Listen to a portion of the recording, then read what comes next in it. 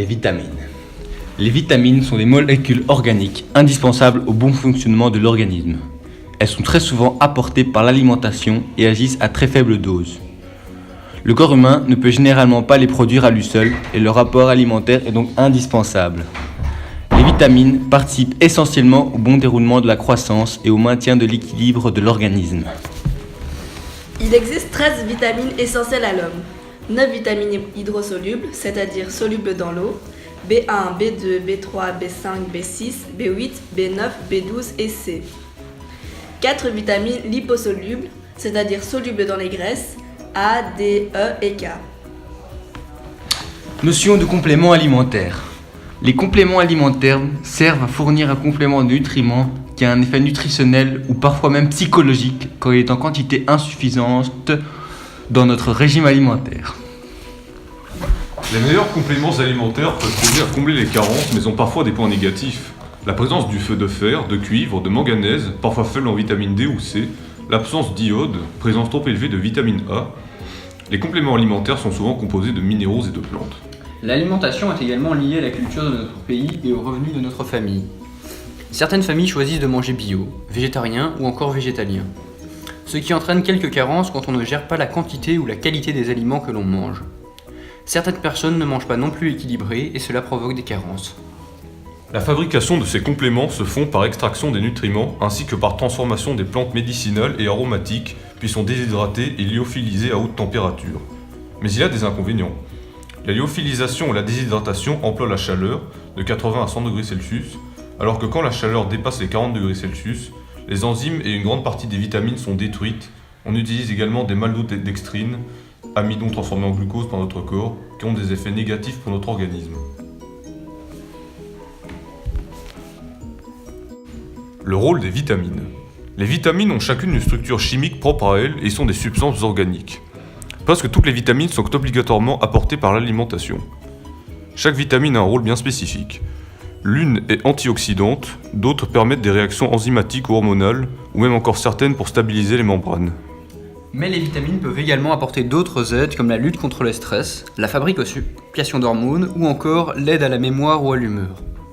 D'un point de vue chimique, le rôle principal des vitamines consiste à transférer une molécule vers une autre, d'un électron d'un atome vers un autre. Ces transferts sont très semblables à des phénomènes enzymatiques.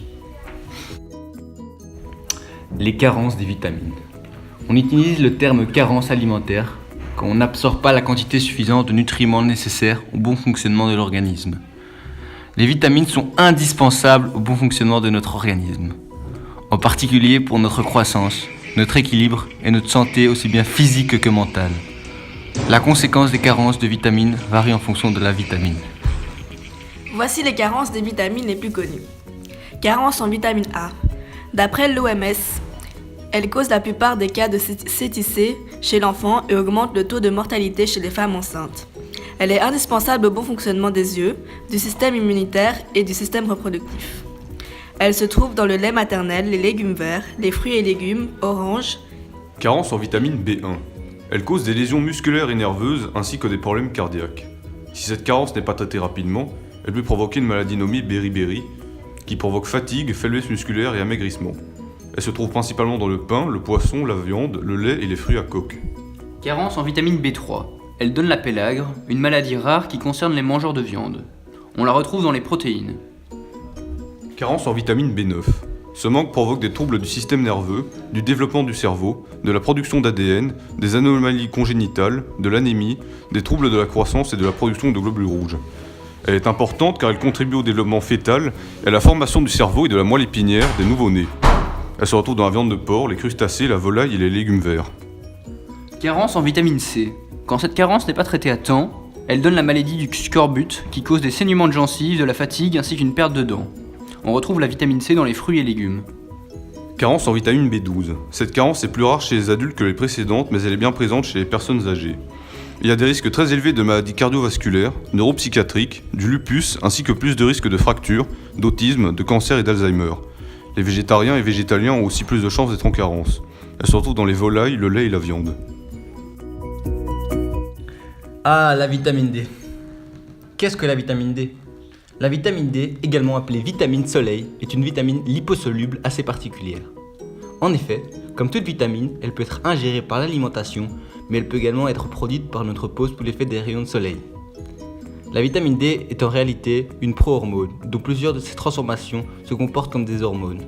Actuellement, environ 80% de la population mondiale est en manque de vitamine D. Impressionnant. Les types de vitamine D. Il existe 2 types de vitamine D. Il y a la vitamine D2 ou ergocalciférol qui est synthétisée par les plantes et il y a la vitamine D3 ou cholécalciférol qui est synthétisée par notre corps et présente dans notre alimentation animale. Comment notre organisme synthétise-t-il la vitamine D? Sous l'effet des rayons UVB, ultraviolet B, du soleil. Notre organisme synthétise la vitamine D à partir d'un dérivé du cholestérol. Ensuite, la vitamine D se dirige vers le foie à travers le sang pour une première transformation. De cette transformation, on stocke l'excès au niveau des muscles et des graisses, tandis que le reste continue son chemin à travers le sang vers les reins, où il est transformé en calcitriol, qui est un hormone. Les rôles de la vitamine D. La principale fonction de la vitamine D est son rôle dans le métabolisme phosphocalcique qui assure notre croissance et notre santé osseuse. En effet, la vitamine D aide l'absorption du calcium au niveau des intestins ainsi que la réabsorption par les intestins. Elle est également responsable de la minéralisation, c'est-à-dire la fixation du calcium et du phosphore pour les os, les articulations et les dents. Son rôle majeur dans la croissance la rend donc indispensable pendant la petite enfance. Outre son rôle primaire, la vitamine D peut stimuler des gènes qui activent la synthèse de nombreuses protéines. Elle aurait une intervention sur plus. La vitamine D, vitamine ou hormone. La vitamine D est une vitamine puisqu'elle peut être apportée par l'alimentation et parce qu'elle cause des maladies en cas de carence, mais elle se comporte également comme une hormone puisqu'elle agit en tant que messager chimique qui active des récepteurs spécifiques à distance du site de production. Carence et maladie. Une carence en vitamine D cause généralement une carence en calcium puisqu'elle transporte le calcium lors du métabolisme phosphocalcique. Ces carences causent le rachitisme chez les enfants ainsi que l'ostéomalacie et l'ostéoporose chez les adultes. Il a été également prouvé que la vitamine D aide à se protéger des cancers ainsi que des maladies cardiovasculaires et auto-immunes. Enfin, la vitamine D influence le moral et un manque peut donc causer une dépression. En effet, il a été prouvé que les personnes fort déprimées ont un faible taux de vitamine D et cela expliquerait le fait que certaines personnes souffrent de dépression saisonnière en automne, puisque le soleil est de moins en moins présent et que nous avons donc moins de chances de synthétiser la vitamine D. Comment éviter une carence en vitamine D? Premièrement, il faut s'exposer au soleil régulièrement. Cela ne sert cependant à rien de rester exposé très longtemps le même jour, parce que la synthèse de la vitamine D se limite à une dose quotidienne. Deuxièmement, on peut manger des aliments contenant une grande quantité de vitamine D. L'aliment le plus riche en vitamine D est l'huile de foie de morue. Troisièmement, on peut prendre des compléments alimentaires de vitamine D, et c'est même fortement recommandé en hiver. Le dosage conseillé est de 5 microgrammes par jour. Il y a risque d'intoxication si on le dépasse. Il faut évidemment consommer ces compléments avec un repas riche en lipides, puisque la vitamine D est liposoluble. Pourquoi la majorité de la population est-elle en manque de vitamine D? La raison principale est parce que notre corps ne reçoit pas assez d'UVB et il y a plusieurs causes. Premièrement, nous restons généralement trop à l'intérieur et même si nous sommes exposés au soleil à travers une vitre, nous ne fabriquons pas de vitamine D car les UVB ne traversent pas les vitres. Deuxièmement, la pollution atmosphérique absorbe, disperse et réfléchit les UVB, ce qui en réduit la quantité atteignant notre peau.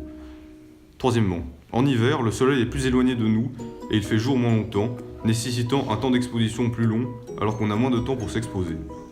Quatrièmement, les individus à la peau foncée ont besoin d'une exposition 3 à 5 fois plus longue que les individus à la peau claire pour synthétiser la même quantité de vitamine D. Dernièrement, mettre de la crème d'un indice de protection 30 réduit de 95% la synthèse de vitamine D. Il y a aussi quelques raisons secondaires. Le froid réduit la production de vitamine B. Les personnes âgées ont moins de composants nécessaires à la production de vitamine D et par conséquent, ils en produisent moins. Les personnes souffrant d'excès de poids ont généralement une carence en vitamine D également. Intoxication. Un excès de vitamine D dans le corps provoque une hypervitaminose D. Cet excès de vitamine D est dû à un excès de consommation de compléments de vitamine D. C'est impossible d'avoir naturellement un excès de vitamine D parce que notre corps régule la production et que les aliments que nous ingérons ont un taux trop faible de vitamine D pour pouvoir causer un excès. L'hypervitaminose D cause une augmentation de l'absorption intestinale du calcium et une perte osseuse, ce qui entraîne une hypercalcémie. Une hypercalcémie peut être très dangereuse et même causer des dégâts irréversibles.